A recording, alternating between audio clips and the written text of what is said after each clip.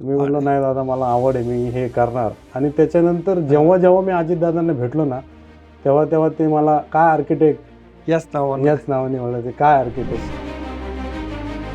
Road, light, पाणी या basic सुविधा तर आपण केल्याच पाहिजे. त्याबरोबर आपण आरोग्य आणि नोकऱ्या कशा इथं उपलब्ध होतील, स्त्रिया इथल्या कशा काय सक्षम होतील, या गोष्टींकडे जास्ती भर दिलं पाहिजे.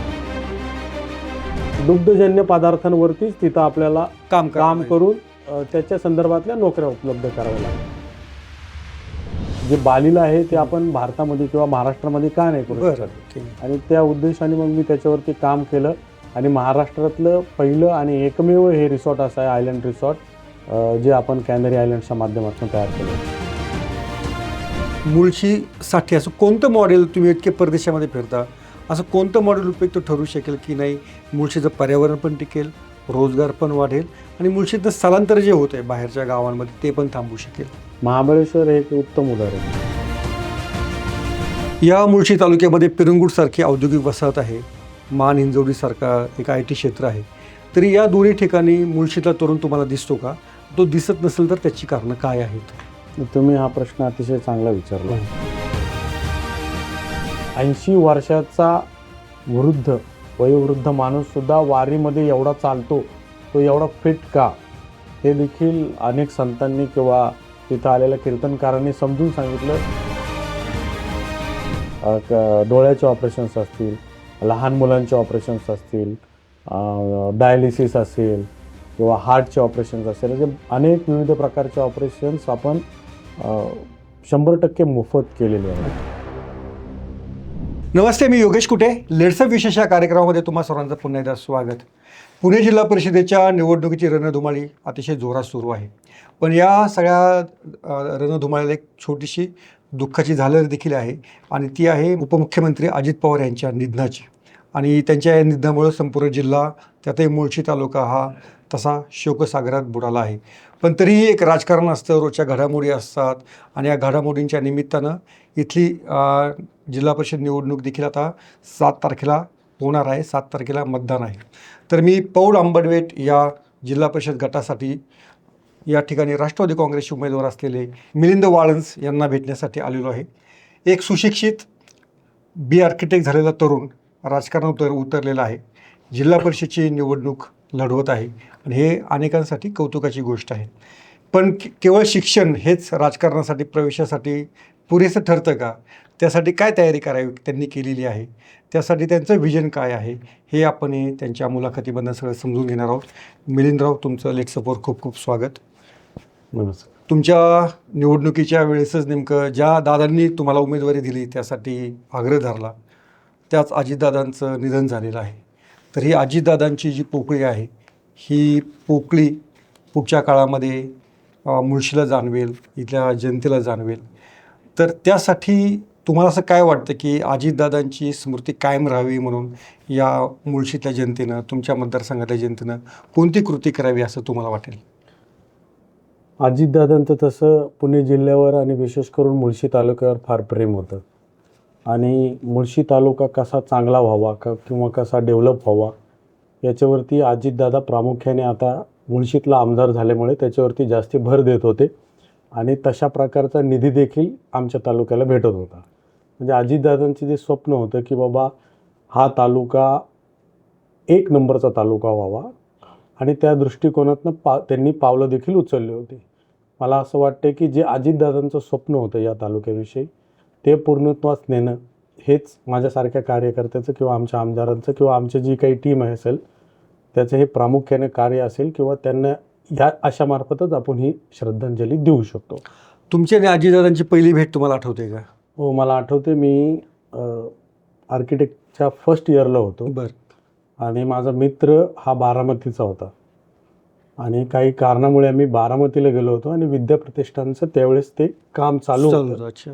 सकाळी मला वाटते 7, 7:30, 8च्या दरम्यान आम्ही तिथे फिरायला गेलो होतो. तो तिथं जवळच राहत होता, आणि त्यावेळेस पहिल्यांदा मी अजितदादांना भेटलो होतो. काही आर्किटेक्ट लोकांची मीटिंग त्यांनी तिथं बोलवली होती, आणि ते त्यांना समजून सांगत होते की बाबा कशा प्रकारे काम केलं पाहिजे. जस्ट विद्याप्रतिष्ठान त्यावेळेस सुरू होतं. त्यावेळेस माझी अशी त्यांची भेट झाली नाही, पण मी त्यांची कामाची स्टाईल त्यावेळेस बघितली होती. माझं बोलणं वगैरे काय झालं नव्हतं म्हणजे. अच्छा. पण ती तुमची जी पहिली जी प्रतिमा तुमच्या मनामध्ये ठसली ती आजही काय ती आजही कायम आहे माझ्या मनामध्ये. की कामाचा माणूस आणि हो. आर्किटेक्ट, त्यांना बांधकाम हो, आर्किटेक्टच्या या विषयी क्षेत्रात फारच त्यांना खूप आवड होती बरं. आणि ते विशेषतः या गोष्टींकडे जास्ती फोकस करायचे. म्हणजे मी ज्यावेळेस माझ्या ह्याच्यासाठी उमेदवारीसाठी जेव्हा इंटरव्ह्यू द्यायला पहिल्यांदा त्यांच्याकडे गेलो बरं. आणि माझं जे काही मी प्रोफाईल बनवलं होतं किंवा जो काय अहवाल बनवला होता हम्म. तो त्यांना दिला. त्यावेळेस ते मला विचारलं, अरे तू आर्किटेक्ट आहेस? हम्म. म्हणलो हा दादा.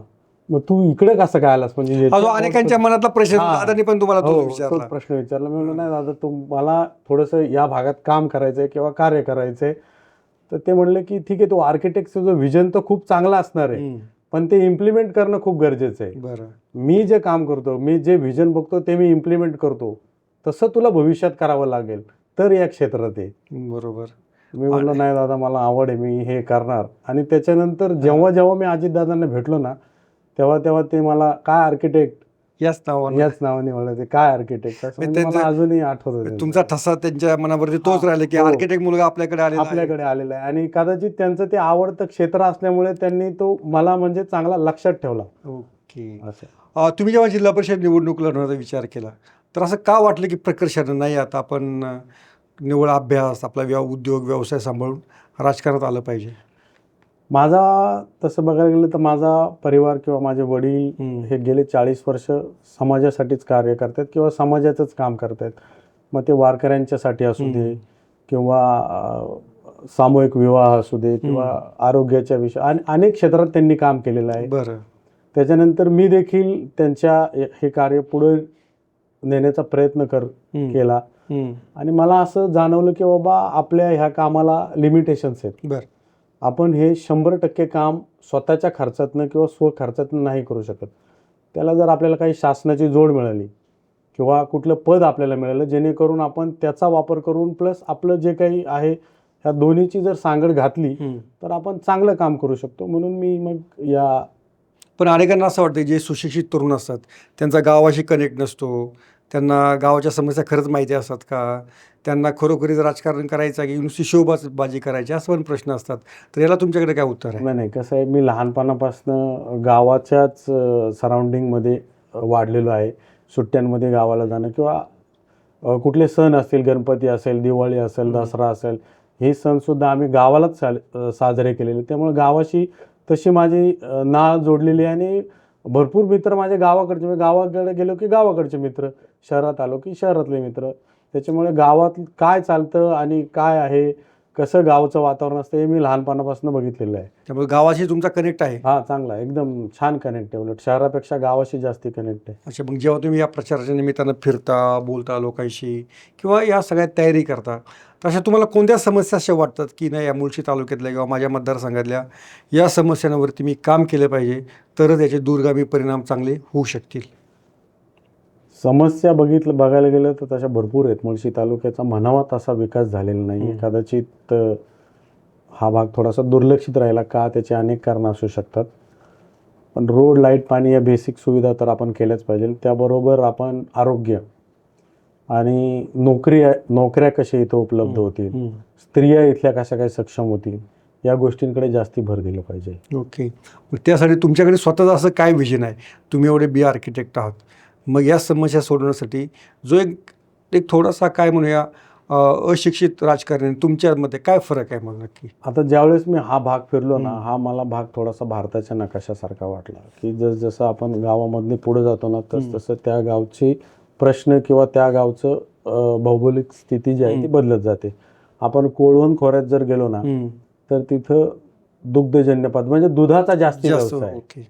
तर त्या भागात जर आपल्याला नोकऱ्या उपलब्ध करायच्या असतील तर दुसरं काही न करता त्या धंद्याला पूरक अशा नोकऱ्या तिथं आपल्याला आणाव्या लागतील. बरोबर. जेणेकरून दुधाचे काही प्रोडक्ट्स आपल्याला तयार करता येतील का, किंवा दुधाची विक्री कशा. आता दूध आपण बघतोय की फार महाग पण आहे आणि फार स्वस्त पण आहे. बरोबर आहे. तर त्याची ती क्वालिटी आहे, तर ती क्वालिटी कशी काय इम्प्रूव्ह करता येईल आणि म्हणजे दुग्धजन्य पदार्थांवरतीच तिथं आपल्याला काम करून त्याच्या संदर्भातल्या नोकऱ्या उपलब्ध कराव्या लागतील. ओके. त्याच्यानंतर आपण पुढे गेलो, इकडं या अलीकडच्या पट्ट्यात आलो, जसं अकोले विकोले किंवा पंचकृषी आम्ही त्याला म्हणतो, त्या भागात आलो. तिथं बटाट्याची लागवड खूप जास्त प्रमाणात होते. अच्छा. तर त्या बटाट्याच्या लागवडीमधनं किंवा त्या बटाट्यामधनं आपण काही प्रोडक्ट तयार करू शकतो. चिप्स झाले किंवा हे बटाटे आपण चांगल्या चांगल्या कंपनींना कसे विकू शकतो, प्रोसेसिंग किंवा अशा प्रकारे तिथं काम केलं तर त्या भागातल्या लोकांना किंवा त्या शेतकऱ्यांना त्यांचा फायदा होईल. आपण वरती गेलो, समजा तामिनी झालं, वडगाव झालं, चाचिवली झालं, वांद्रे झालं, हा जो भाग आहे हा मुळशी धरणाला लागून आहे आणि नैसर्गिकरित्या खूप सुंदर भाग आहे. मग तिथं जर आपल्याला काम करायचं झालं तरुणांसाठी किंवा नोकरीसाठी, तर आपल्याला तो टुरिझमच्या माध्यमातून करायला लागेल. मग चांगले हॉटेल्स तिथं कसे येतील, हॉटेल्स आणून मग स्थानिकांना तिथं कसा रोजगार भेटेल, म्हणजे टुरिझमच्या माध्यमातून तिथं बेसिकली काम केलं पाहिजे. मग त्या क्षेत्रानुसार तुम्हाला असं वाटतं की ज्या ज्या ठिकाणी ज्याची उपलब्धता आहे त्यानुसार तुम्हाला काम. बरोबर आहे, तसं केलं पाहिजे. आणि नुसतं तिथं हॉटेल्स उपलब्ध करून फायदा नाही, तर तिथल्या स्थानिक लोकांना आपल्याला त्या हिशोबाने ट्रेनिंग द्यायला लागेल. हॉटेल मॅनेजमेंट सारखे कोर्सेस असतील किंवा इलेक्ट्रिशियन्स सारखे किंवा प्लंबिंग सारखे अशा गोष्टी तिथं जर आपण त्यांना शिकवल्या तर त्याचा नक्कीच तिथल्या तरुणांना फायदा होईल आणि लोकल एम्प्लॉयमेंट भेटेल. आता आपण एखादी इंडस्ट्री चालू करतो, हॉटेल सारखे झाले, तर आपण काय करतो, बाहेरनं लोक आपण आणतो. त्याच्यामुळे त्या हॉटेलवरती सुद्धा ताण येतो, त्यांची राहायची, खायची, प्यायची सगळी सोय तिथं करायला लागते. बरोबर. स्थानिक जर असेल ना तर तो खर्च कमी होतो आणि त्या व्यावसायिकाला सुद्धा तो परवडतो. त्याच्यामुळे स्थानिकांना कधी कुठल्याही क्षेत्रात जर आपण काम दिलं ना तर त्याचा पुढे चांगला दोन्हीकडे फायदा होतो. पण आम्ही पाहतो की मुळशी हा पर्यटन तालुका आहे असं आम्ही ऐकतो, पण खरोखरीच मुळशीमध्ये तशा पर्यटनाला आणखीन वाव देणारा, पर्यटन तालुका म्हणून झेप घेणाऱ्या सुविधा आता तशा या ठिकाणी आहेत का, की त्याच्यावर पण देखील मोठं काम करायचं? त्याच्यावरती काम करावं लागेल. बरं. पण ते शक्य आहे म्हणजे. बरं. आणि हा विश्वास तुम्हाला कशामुळे आहे? मला हा विश्वास खरं तर अजितदादांमुळे होता. बरं. ठीक आहे, काही दुर्दैवी घटनेमुळे आपण थोडंसं हे झालेलं आहे, पण आमचे आमदार देखील तसे सक्षम आहेत आणि ते विजन, म्हणजे हे विजन मी अजितदादांना सांगितलं होतं की अशा प्रकारे आपण हा डेव्हलपमेंट करू शकतो. आणि हे भरपूर गोष्टी मी त्यांना, म्हणजे त्यांना एक माझ्याविषयी आत्मविश्वास आला होता की हा काहीतरी करू शकतो आणि कदाचित म्हणूनच त्यांनी मला ही उमेदवारी दिली असावी. बरोबर. ओके. की बाबा हे असेल. आणि मला असं वाटतं की त्यांच्या मार्फत भेटलेली ह्या ज्या काही आता 12 जिल्हा परिषदा किंवा पंचायत समिती असतील, ही अजितदादांनी शेवटची दिलेली उमेदवारी आहे. बरोबर. ह्याच्यानंतर अजितदादा आपल्याला उमेदवारी देऊ शकत नाही. तर कदाचित मी स्वतःला तसा कमी नशीबवान पण समजतो आणि नशीबवान पण समजतो की त्यांनी दिलेली ही शेवटची उमेदवारी मला भेटलेली आहे. पण या संधीचं मी सोनं करेल असं मला स्वतःमध्ये आत्मविश्वास आहे. मुळशी तालुक्यामध्ये जसं तरुणांचे प्रश्न आहेत तसे महिलांचे पण बऱ्यापैकी प्रश्न आहेत. एक तर डोंगराळ भाग आहे, आरोग्याच्या सुविधांची कमतरता आहे. तर या महिलांसाठी तुम्हाला असं काय वाटतं की ते आवर्जून केलं पाहिजे आणि ते तुम्ही प्राधान्याने करणार? महिलांसाठी घर बसल्या त्यांना काय रोजगार मिळेल ह्याच्यावरती आपण भर दिला पाहिजे. बरं. जसं आपण म्हणलो की आपण इथं टुरिझमचं केलं, तर टुरिझममध्ये आपण अनेक ठिकाणी बघतो की आपल्याला लोणचं लागतं किंवा पापड लागतात किंवा मसाले लागतात. तर बचत गटाच्या माध्यमातून हे आपण तयार करू शकतो आणि हॉटेल्स इंडस्ट्री जर तिथं चांगली डेव्हलप झाली तर हे पदार्थ आपण म्हणजे त्यांच्याशी टाईप करून हे होऊ शकतं. किंवा अनेक लोक आता फिरायला आपण बघतो कोकणामध्ये वगैरे जातात, तर त्या पट्ट्यातनंच जातात. जर आपण छोटे छोटे आउटलेट किंवा एक मोठा आउटलेट जर तिथं काढलं आणि बचत गटातले हे प्रोडक्ट जर तिथं विकायला घेतले तर आजकाल अशा प्रोडक्टला खूप डिमांड आहे. म्हणजे शहरातली लोक प्रेफर करतात की बाबा असं प्रोडक्ट आपण घरी घेऊन जावं. बरोबर. तर या हिशोबाने मी काम करणार आहे. तुमची जी ओळख आहे खरं मुळशी तालुक्याला एक चांगला उद्योजक म्हणून, आणि त्यात इथे कॅनरी आयलँड रिसॉर्ट तुम्ही जे उभं केलेलं आहे त्यामुळं तुम्हाला महाराष्ट्रातले, म्हणजे या रिसॉर्टला तर महाराष्ट्रातले अनेक जण VIP लोक ओळखतात. पण या आयलँडची कल्पना तुम्हाला कशी सुचली आणि मग तुम्ही त्याचं पुढे त्याच्यावर कसं काम केलं? मी स्वतः आर्किटेक्ट आहे, त्याच्यामुळे मी अनेक देश फिरलेलो आहे. आणि मी ज्यावेळेस अनेक देशांमध्ये गेलो त्यावेळेस मी अनेक रिसॉर्टमध्ये राहिलेलो आहे किंवा मला ती आवड आहे की रिसॉर्ट एक्सप्लोअर करण्यासाठी.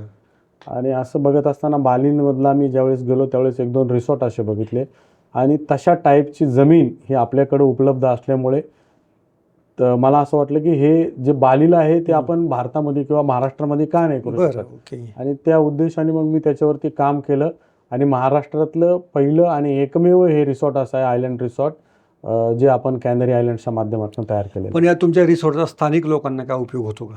हो, स्थानिक लोकांना 100% उपलब्ध. मॅक्सिमम क्राऊड हा स्थानिकच आहे तिथला. बरं. ज्या महिला घरी बसून होत्या त्यांना आम्ही ट्रेनिंग दिली आणि मग त्यांना ऑर्गॅनिक शेती कशी करायची किंवा जे काही ऑर्गॅनिक ब्रोकली असतं, रिलेटिव्ज असतं किंवा इतर जे भाज्या वगैरे असेल. सॅलड वगैरे जे लागतं ते कसं उगवायचं, हम्म. त्याची देखरेख कशी करायची, ट्रेनिंग देऊन आम्ही त्यांना तिथं त्या टाईपचा जॉब दिला. काही महिलांना आम्ही किचनमध्ये हे केलं, त्यांना पदार्थ कसे बनवायचे, काय बनवायचे हे शिकवलं आणि मग त्या किचनमध्ये देखील काही आहेत. काहींना आम्ही रिसेप्शनवरती ठेवलं बरं. की बाबा आलेल्या गेस्टचं स्वागत कसं करायचं. आणि सर्व स्थानिक महिला तुमच्या? स्थानिक बऱ्यापैकी स्थानिक आहेत. अच्छा. काही बाहेरच्या देखील आहेत, पण जास्त करून स्थानिकांनाच प्राधान्य द्यायचं काम केलेलं आहे. ओके. पण जेव्हा हा पर्यटन तालुका म्हणून डेव्हलप व्हावा लागेल, मग असं कॅनरी आयलंडसारखं फक्त VIP 5 स्टार असंच लागेल की सर्वसामान्यांसाठी पण काही वेगळी आपल्याला वेगळ्या मॉडेलवर काम करावं? नाही, सर्वसामान्य साठी देखील आपल्याला काम करावं लागेल, जेणेकरून तो बॅलन्स तिथे राहायला पाहिजे. अच्छा. असं. पण याच्यामध्ये जेव्हा असे रिसॉर्ट वगैरे उभे राहतात तेव्हा ते पर्यावरणाला हानिकारक असतात अशा पद्धतीनं देखील बोललं जातं. तर त्याच्यावर तुम्ही कशी मात केलेली, त्याविषयी तुमची भूमिका काय? नाही, आता जर आपण कॅनरी आयलंड्सला आलात तर आपण बघाल की आम्ही पर्यावरणपूरक रिसॉर्ट केलेला आहे. कुठल्याही झाडाची म्हणजे कुठल्याही पर्यावरणाला हानी न करता आपल्याला जे रिसॉर्ट्सचे जे स्ट्रक्चर्स आहेत ते कसे बसवायचे आणि तशा प्रकारेच ते बसवलेले आहेत, जेणेकरून कुठल्याही झाडाची हानी नाही झाली पाहिजे आणि आपला व्ह्यू देखील ब्लॉक नाही झाला पाहिजे. पण याच्यामध्ये प्लॅस्टिकचा वापर पण फार मोठ्या प्रमाणात होत प्लॅस्टिकचा असतो. वापर आम्ही 100% प्लॅस्टिक फ्री हॉटेल केलेलं आहे. आम्ही बॉटल्स देखील काचेच्याच वापरतो, जेणेकरून पर्यावरणाला काहीच हानी झाली नाही पाहिजे. याच्यामध्ये आणखीन एक होतं की जेव्हा असे सगळे VIP मुवमेंट वाढतात, हे वाढतात, तर या ठिकाणी त्यानिमित्तानं रस्ते वगैरे दुरुस्त व्हायला पाहिजेत, चांगले सोयीसुविधा व्हायला पाहिजेत. तर त्याचा काही उपयोग होतो का तसं? म्हणजे समजा जर चांगले VIP लोक आले तर त्यातनं थोडंसं उत्पन्न पण जास्त मिळतं, म्हणजे त्याचा इन्फ्रास्ट्रक्चरला काय उपयोग होतो का? हा, होतो ना, 100%. म्हणजे आता आपल्याकडे पहा ही जी ग्रँड टूर सायकल स्पर्धा झाली, हो. तर त्याच्यातनं देखील बरेच रोड डेव्हलप झाले. तर अशा स्पर्धांचा काही उपयोग पुढच्या काळामध्ये मुळशी सारख्या तालुक्यांना होऊ शकेल का? 100% होईल. माझं तर म्हणणं आहे अशा स्पर्धा वारंवार झाल्या पाहिजे, जेणेकरून फॉरेन टुरिझम देखील इथं वाढेल आणि त्यांच्या माध्यमातून जे काही रोडचे डेव्हलपमेंट्स असेल किंवा बाकीचे इतर डेव्हलपमेंट्स होतील आणि त्याचा स्थानिकांना भविष्यात फायदा होईल. अच्छा. मुळशीमध्ये पिरंगुटसारखी MIDC आहे किंवा अगदी मान हिंजवडी देखील मुळशी तालुक्याचा भाग मानलं जातं. अशी चांगली संधी असताना, चांगले उद्योग असताना मुळशीतला तरुण या ठिकाणी खरंच आहे का? आणि नसेल तर त्यासाठी तुम्ही काय करणार? मुळशीचा तरुण तसं बघायला गेलं तर फार कमी प्रमाणात दिसतोय. बरं. त्याचं मुख्य कारण म्हणजे शिक्षणाचा अभाव, हे म्हणजे मला बेसिक कारण वाटतं. तर त्याच्यामध्ये जर आपण काम केलं तर त्या क्षेत्रात देखील आपण चांगली प्रगती करू शकतो. पण ते काम करण्यासाठी तुमच्या डोक्यामध्ये काही योजना आहेत का? योजना म्हणजे काय करावं लागेल आपल्याला त्याच्यामध्ये?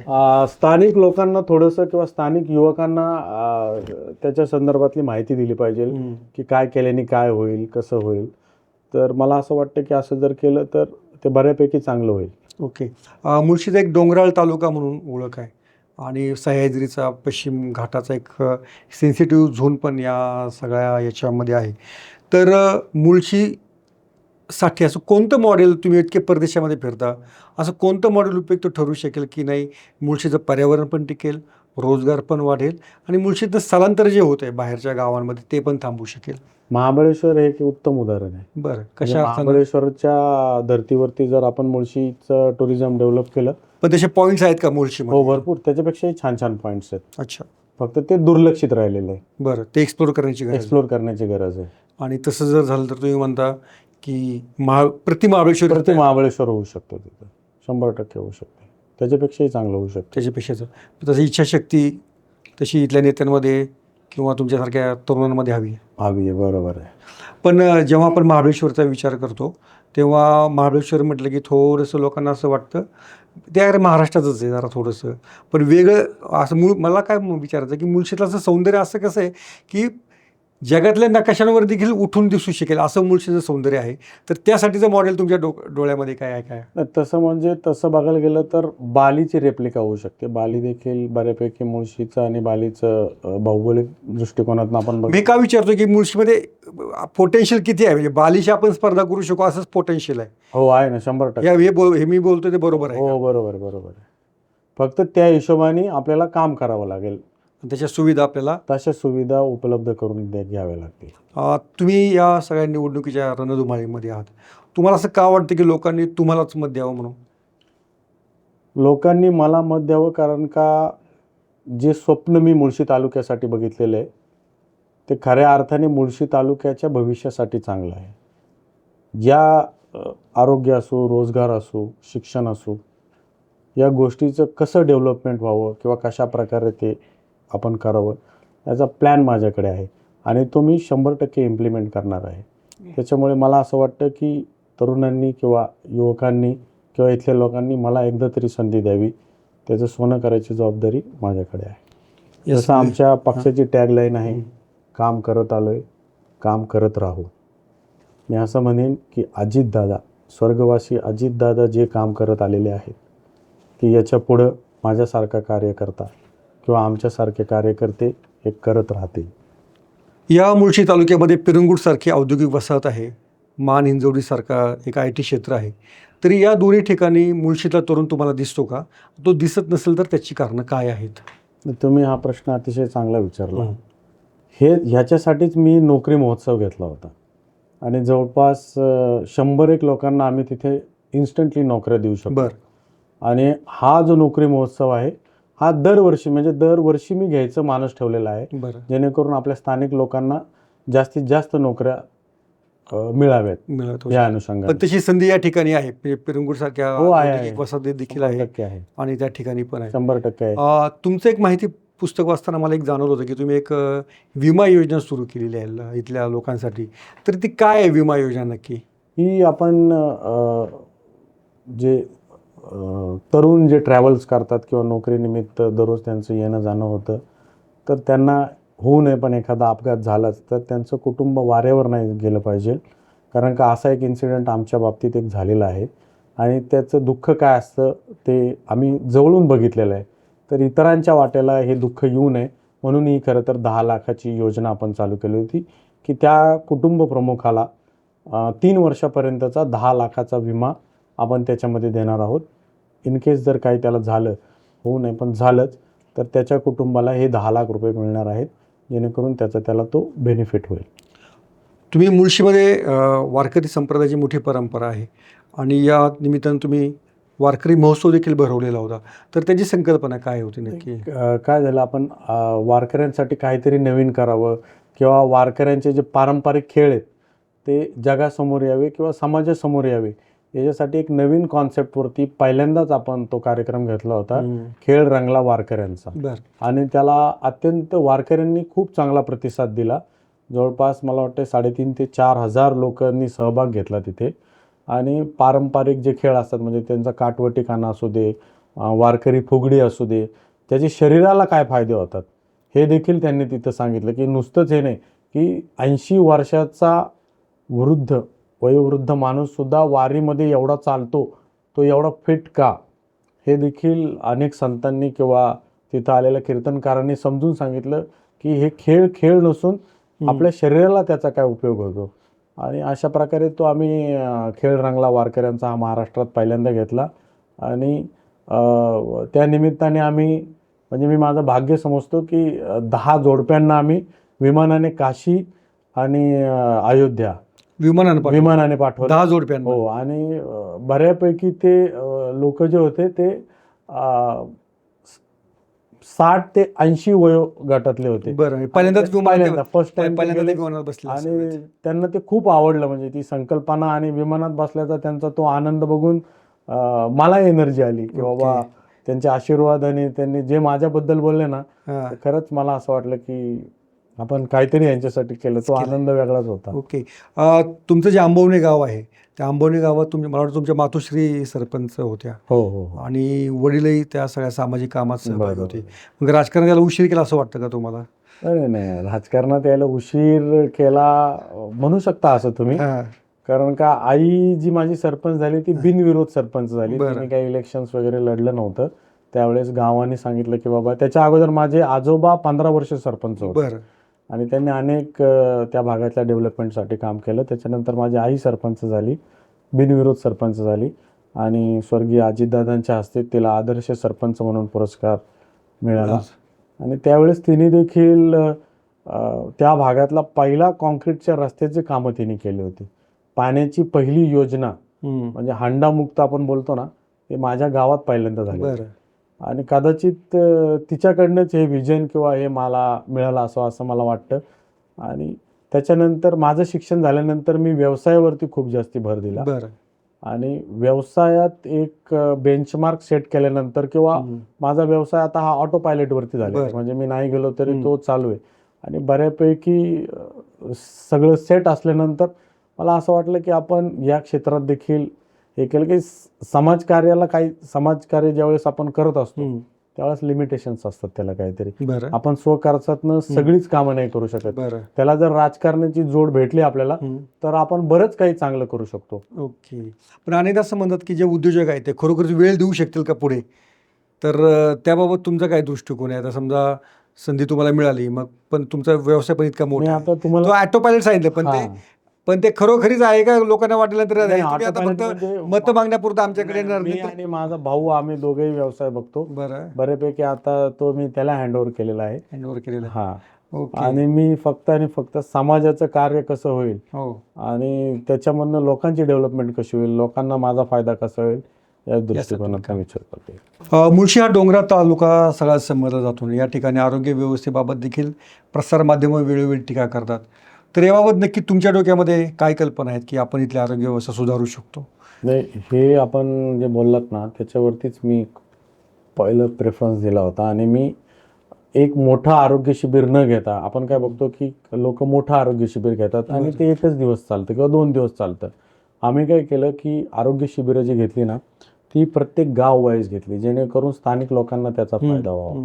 आणि त्याला रिस्पॉन्स देखील आम्हाला खूप चांगला भेटला. त्या आरोग्य शिबिराच्या माध्यमातून जवळपास काहीतरी मला वाटतं 500 ते 550 लोकांनी ऑपरेशन्सच्या नोंदणी केल्या आणि त्याच्यापैकी जवळपास 300 लोकांचे आम्ही ऑपरेशन सक्सेसफुली आमच्या स्वतःच्या जे माझं हॉस्पिटल आहे, बहीण माझी बघते ते, बरं. त्या हॉस्पिटलमध्ये आम्ही करू शकलो. त्याच्यामध्ये डोळ्याचे ऑपरेशन्स असतील, लहान मुलांचे ऑपरेशन्स असतील, डायलिसिस असेल किंवा हार्टचे ऑपरेशन्स असेल, असे अनेक विविध प्रकारचे ऑपरेशन्स आपण 100% मोफत केलेले आहेत. अच्छा. असं. आणि त्याचा फार चांगला लोकांना फायदा झालेला आहे आणि त्यांचे भरभरून आशीर्वाद देखील मला मिळालेले आहेत. आंबवणे हे तुमचं गाव, पण या तुमच्या गावामध्ये तुमच्या वडिलांनी म्हणजे बाबूजींनी देखील मोठं शैक्षणिक काम केलेलं होतं, तर त्याविषयीचा तुमचा अनुभव सांगा. म्हणजे काय, आंबवणे गावामध्ये तसं बघितलं तर दुर्गमच होतं ते आणि शिक्षणाचा तिथं खूप अभाव होता. हे माझ्या वडिलांनी त्यावेळेस जाणलं की बाबा आपल्या इथला तरुण जर शिकला तर तो भविष्यात काहीतरी करू शकतो. कारण का माझे वडील देखील शिक्षणामुळेच ते पुढे गेलेले आहेत. बरं. ते देखील शिकायला आंबवणं सोडून लोणावळ्यामध्ये आले, शिकले आणि मग त्यांची गोडदौड चालू झाली. बरं. आणि त्यांना ते कुठेतरी खंत होते की आपल्या भागात शिक्षण नाही, ते शिक्षण आपण इथं चालू करू. म्हणून त्यांनी आपण 10वी पर्यंतचं शिक्षण तिथे चालू केलं. आता 11वी 12वी देखील तिथे चालू केलेलं आहे. आता 2 वर्षापूर्वीच मी चालू केलेलं आहे ते. तर त्या शिक्षण म्हणजे बिना अनुदानित शाळा त्यांनी चालू केली. 1ही रुपया आपण कोणाची फी घेत नाही, आज देखील घेत नाही. बरं. आणि शिक्षकांचा पगार देखील आपण स्वखर्चातून करतो. मला असं वाटतं की 2,500 ते 3,000 विद्यार्थी आतापर्यंत तिथनं शिकलेले आहेत. त्याच्यापैकी अनेक लोक इंजिनियर झालेले आहेत, सिव्हिल इंजिनियर झालेत, काही IT क्षेत्रात काम करतात, काही डॉक्टर्स देखील झालेले, काही नर्स झालेल्या आहेत मुली. अच्छा. आणि म्हणजे ते भेटायला ज्यावेळेस येतात घरी आमच्याकडे, त्यावेळेस तो आनंद बाबूजींच्या चेहऱ्यावरती वेगळाच असतो की बाबा माझ्यामुळे काहीतरी आपण हातभार लावू शकतो, त्यांच्या जीवनाला हातभार लावू शकलो. जीवनाला हातभार लावू शकलो. बरोबर. स्वर्गीय माजी आमदार विनायक नेमन हे तुमचे सासरे, तर त्यांच्याकडनं तुम्ही काय राजकीय धडे घेतले किंवा त्यांचा कोणता एक सल्ला असा आठवतो की तो तुम्हाला आजच्या पुढच्या राजकीय जीवनामध्ये उपयोगी पडू शकेल? ते नेहमी म्हणायचे, आबा की दिलेला वेळ आणि दिलेला शब्द जो माणूस पाळतो तो मग तो राजकारणात असू किंवा व्यवसायात असू, त्याच्या नशिबात सक्सेस हा 100% आहे. ओके. आणि हेच मी माझ्या आयुष्यात पाळणार आहे. तुम्ही जेव्हा राष्ट्रवादी काँग्रेसची निवड केली तेव्हा तुम्हाला आता राष्ट्रवादी काँग्रेसचं इथलं शक्तिस्थान काय वाटतं आहे आणि याची पुढची वाटचाल या तालुक्यातली कशी असू शकेल? राष्ट्रवादीची निवड मी केली म्हणण्यापेक्षा माझा सर्व घर किंवा माझा परिवार हा राष्ट्रवादीलाच मानणार आहे. बरं. मग ते राष्ट्रवादीचे नेते आमचे शरदचंद्रजी पवार साहेब असू दे किंवा स्वर्गीय अजितदादा असू दे, त्याच्यामुळे पवार घराण्याला मानणारा माझं घर आहे. त्याच्यामुळे म्हणजे नॅचरली मी राष्ट्रवादीच्या प्रवासातले तुम्ही आहात तुम्ही. प्रवाहातला माणूस आहे. पण या तालुक्यामध्ये राष्ट्रवादी ताकद आधी नव्हती, आता ती मांडेकरांमुळे आहे. पण ती जिल्हा परिषद निवडणुकीमध्ये दिसून येईल का ताकद ही सगळी? 100% दिसून येईल. याचं कारण असं की राष्ट्रवादीच्या माध्यमातून आमदार साहेबांनी अनेक विकास कामे इथे चालू केलेले किंवा भरघोस स्वर्गीय अजितदादांनी देखील हा आवडता मुळशी तालुका त्यांचा असल्यामुळे त्यांनी देखील भरपूर निधी इथे दिलेला आहे. आणि तो आता आपण प्रत्यक्षात बघतो, लोक देखील बघतायत की राष्ट्रवादीशिवाय आपल्याला पर्याय नाही किंवा राष्ट्रवादी ही एकमेव पक्ष आहे की जो आपल्या भागाचा किंवा आपल्या लोकांचा विकास करू शकतो. त्याच्यामुळे आता लोकांच्या मनामनात राष्ट्रवादी आणि घड्याळ हे बिंबलेलं आहे.